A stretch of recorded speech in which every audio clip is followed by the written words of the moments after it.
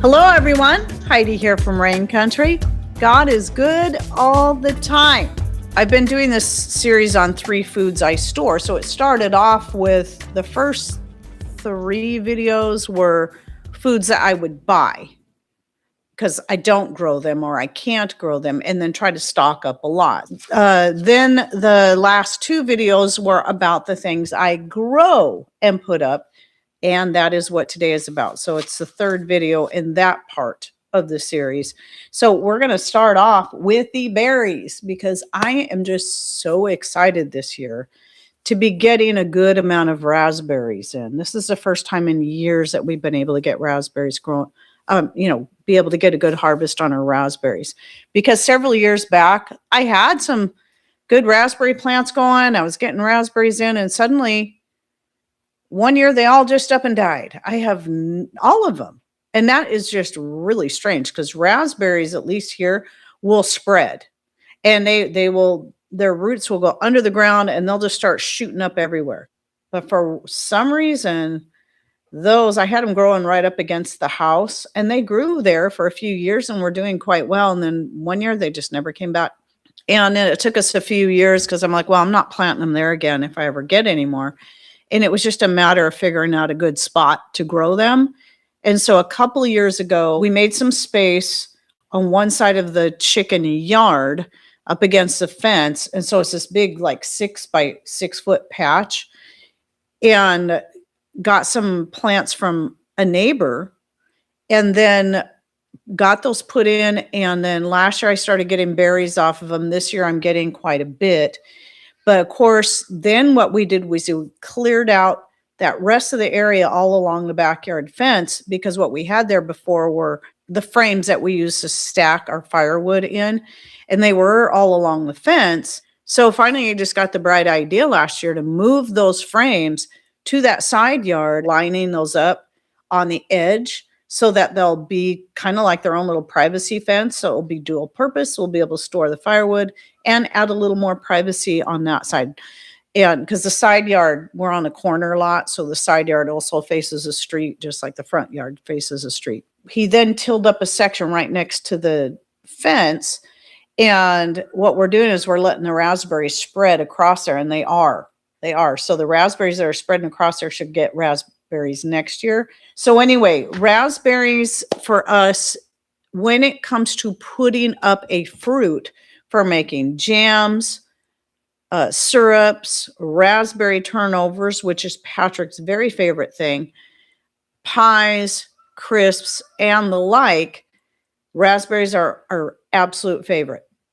So, I mean, I like eating a raspberry or 2 fresh off the plant, but when it comes to a cooked fruit or a fruit that you just want to put up a lot of to get you through the whole year so you can have all these great raspberries to make raspberry wine is also excellent. Raspberry is the best in our personal opinion. Second on that is any kind of blackberry, boysenberry, any of those. And for all the same things. Jams, pies, turnovers, etc. Syrups, whether it be for pancakes or putting on ice cream or something. And so we like to put up a lot of those 2 things. I also grow blueberries and currants, and I will put those up. The blueberries we prefer to eat fresh. The currants aren't the best to eat fresh because they're really tart. I don't mind them, but they got that big seed in it, which I also don't mind. I've made jam mixed with blackberry, and the flavor is excellent. And currants are very tart, but they add a beautiful color and flavor to like homemade wine. So if I'm making my wine out of my own grapes, which I don't know why I didn't put down grapes yet, but grapes is also something that I grow and put up a lot of, mostly for winemaking, because my grapes mostly end up being tart because of where they're growing. They don't have the same amount of time to get that real sweetness. And even if they do, the doggone chickadees start sucking all the juice out of them. Anyway, you mix in maybe some blueberries and some currants in there and juice them all up. It makes a beautiful and very tasty wine. Raspberries, blackberries, blueberries, and currants I typically freeze all those to hold their flavor best until I can use them. The problem with that is they do take up a lot of space. I've canned blackberries before, but again, I just prefer to keep them in a frozen form to use however I want. Usually when I'm picking blackberries, I'm not wanting to get into the jam, making jam right away, and most of these kind of things. So I just pick them. I put them either in jars. Some of the other things, like if I'm wanting them in bigger batches, I then will use those reusable zip bags. They are a type of plastic. They're BPA free at least. But yeah, so that way I can freeze up a gallon at a time. So those are something where if I want to make a big batch of jam or whatever, I've got those for that. And then strawberries, I do grow strawberries, but I don't grow them to put up, though I have put up a lot, again, in the form of freezing in jars. I just find that when it comes to strawberries, we prefer just to eat them fresh. And it gives me that one fruit that I can have coming in for a good part of the summer. And the grandkids can go out and pick some strawberries and eat them fresh off the plant. We'll go out there and pick them and eat them fresh.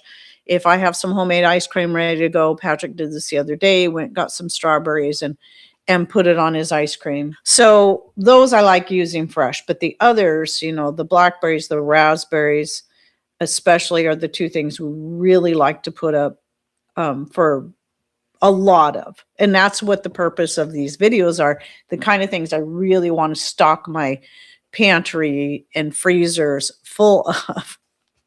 Oh, and I was going to say too, the nice thing about berries, if you start going, well, gosh, I don't want to freeze them all or can them all, it's taking up a lot of space, then you can dehydrate them. I haven't worked with them much. I've dehydrated a few blackberries.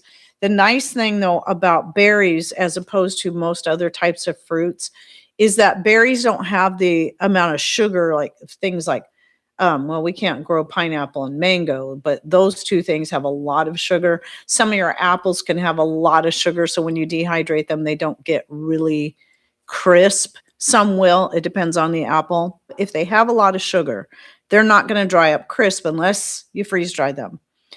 But if you're like me, not interested in a freeze dryer, then at least berries, that's something you can dehydrate, and it will dry up crisp, so you can powder it and then use it as a flavoring or even coloring in whatever you want.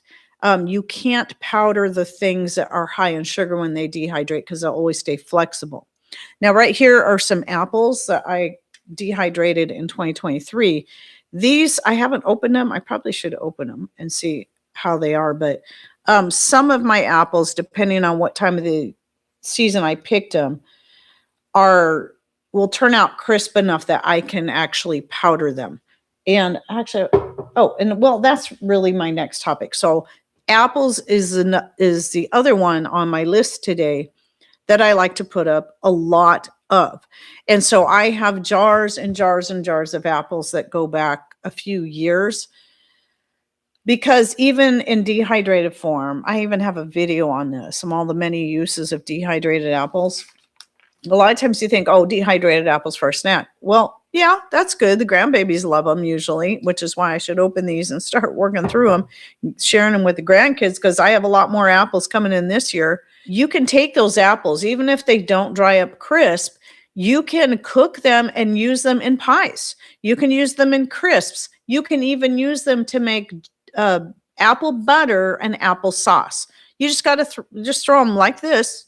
If you have whole pieces, you don't have to powder them first. Just throw them into some juice or water and cook them until they're really soft. And then if you're making an apple sauce or apple butter and you don't want any chunks in there, you just take a stick blender and blend them up really good, and you can get it nice and smooth.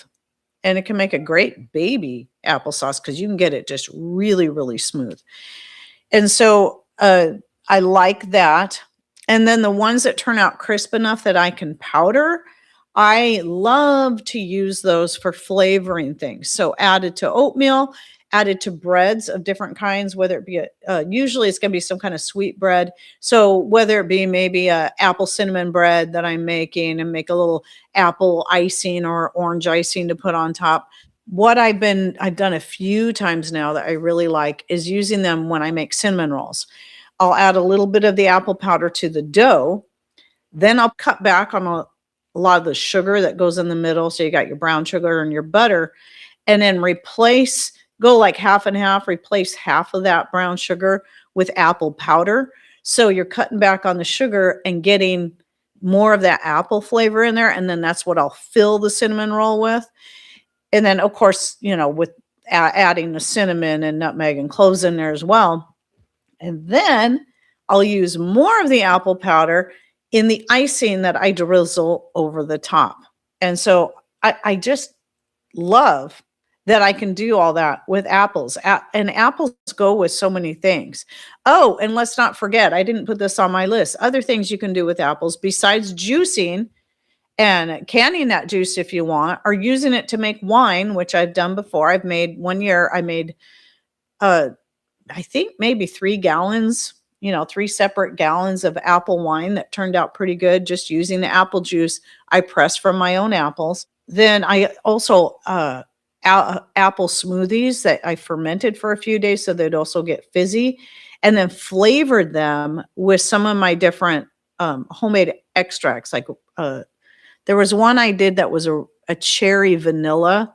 So I had some cherry extract I'd made from freeze-dried cherries I got from Mother Earth Products, and my own homemade vanilla extract as well. And that was my favorite one. So I just add those to the smoothie that I was making, and then fermented it for a few days. Oh my goodness, so good. Just so much you can do with apples. They're so, so versatile, which is why I really like putting up a lot of those. And you can can your apple pie filling. They'll say you should leave the flour out if you're going to do that. The reason I don't like canning pie fillings is because to me, a quart jar is not enough. I always have about 6 cups of fruit in my pies. And unless of course you're working with a smaller pie pan, but all of mine are like the standard 9 inches. So what I like to do, and then this way I can mix the flour in there and not worry about it.